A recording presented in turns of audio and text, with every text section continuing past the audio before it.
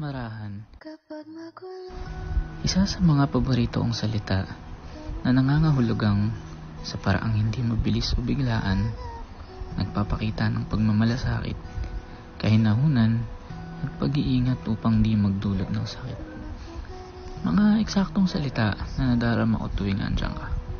Sa presensya mo, ang bawat kilos at galaw ay mahinahon. Ang bawat salita ay may kaakibat na malasakit.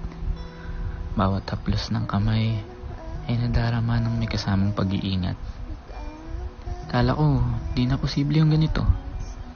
Yung pagmamahal na dahan-dahan. Di nagmamadali. Hindi biglaan. At sa paglipas ng oras, sa mabilis na takbo ng buhay, at sa gulo ng mundo, ikaw ang nagsisilbing payapa at ang iyong pagiging marahan.